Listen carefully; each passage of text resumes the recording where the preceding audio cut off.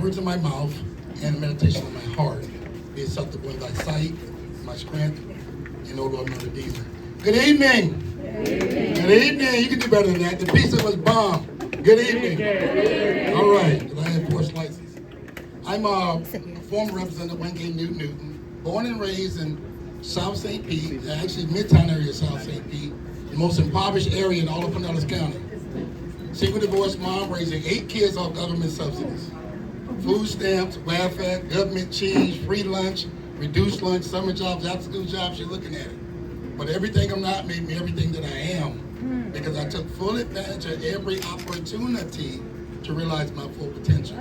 Because those programs were a hand up, not a handout. You clap to that. That's important. It goes right to the callous of what's going on now. We have a decline in student enrollment, but we also arrest more juveniles than anybody in any nation. Last year was about 47,000 5 to 17-year-old juvenile arrests. That's okay. So you wonder where the kids at. They're in the Department of Juvenile Justice. That's what they at.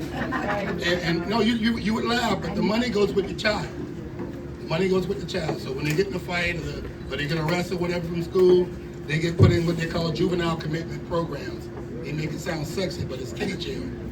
And the money goes with the kid because they can't leave the money in the school while DJJ has a kid. So there's a lot of factors going on, and that's one of them. Another one is, since the pandemic, a lot of parents chose to homeschool their kids because they thought their kids were doing great until you get them home for like 2 months when we shut down the state, and you see that when they go back, they're not performing at the same levels. Well, they never were. They would just get pushed along. And you got them home now. You got to read books to them. But I want to back up 1 second. I want to give a shout out to my wife, Melissa. We just celebrated 35 years of marriage. I got to go home tonight. But as I stated, I'm a former rep of District 70, which used to encompass Hillsborough, Manatee, Sarasota, and Pinellas. At 4 delegations, 4 city council, 4 school boards, 4 county commissions. So no matter how I voted, somebody's going to be ticked off. So, but now the district has been redistricted. It's now House District 62 that I'm running for. And it encompasses South St. Pete, Riverview, South Brandon, and South Tampa. So it's two counties now, but it's just as big. But it's a labor of love. We don't mind, my wife and I, driving from here to wherever to make sure the people are represented and the people get to see and talk to the people that's up there fighting for them.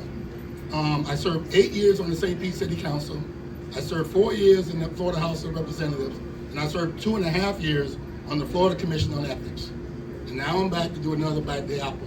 When I was in the House earlier, we used to have 47 Democrats sitting in the back. That's where we sit in the back. We're so far back, the concession man won't even come back. You have to come up here if you want to drink. But I enjoyed it. It was a labor of love. I got stuff done. Not talked about done. 3 bills signed into law by the governor, Scott and DeSantis. Brought home over $20 million every year. And the most important thing that I did was getting a unanimous vote and getting past cancer preemption coverage for our firefighters. That was huge. We got that done. Secondly, raising the floor for starting teacher pay to $47,500. The floor. We could not do anything about the different counties in Hillsborough, Manatee, where people were saying the teachers aren't making that much money. They have to bargain for that money. They're represented by what's called a collective bargaining agreement. By law, we can't get involved in that, but we could raise the floor for all 140,000 teachers throughout the state of Florida. 67 counties, 412 cities, 22 million people. But I'm looking to go back, I'm looking to represent you and continue doing my good work. The way you serve in the minority is one word, civility. We can agree to disagree without being disagreeable. At the end of the day, you can clap to that. At the end of the day, we need resources back in the district. You know, we can go up there and raise holy hell, but the problem is when you come home with nothing, what have you done with those 2 years? I mean, the people feel good. Well, I fought a good fight. Great. Okay. What about the kids keep getting locked up? There's no resources for after-school jobs or camp programs and stuff like that. What about going up there doing a good fight for like the insurance? You hear people talking about getting rid of the Avalon. It sounds great, but the Avalon pays for your public safety, police and fire. So we need to do a study to see what quality of life you're willing to accept just to have no property tax. My suggestion would be to go after that high insurance, because that insurance is not providing you with a quality of life. It's providing you with high mortgage payments. So you get the insurance down, the mortgage payments will go down. But I'm Wengay Newton. I'm running for State House 62. Like I say, it's my pleasure. I will be on the ballot August 6th. You see these on the table. As I told everybody when I walked around, there's a phone number on there, and I answer the phone. I know you get a lot of literature, but some of them want you to call them. I don't mind. The only dumb question is the one you don't ask. I love you. Thank you. All right.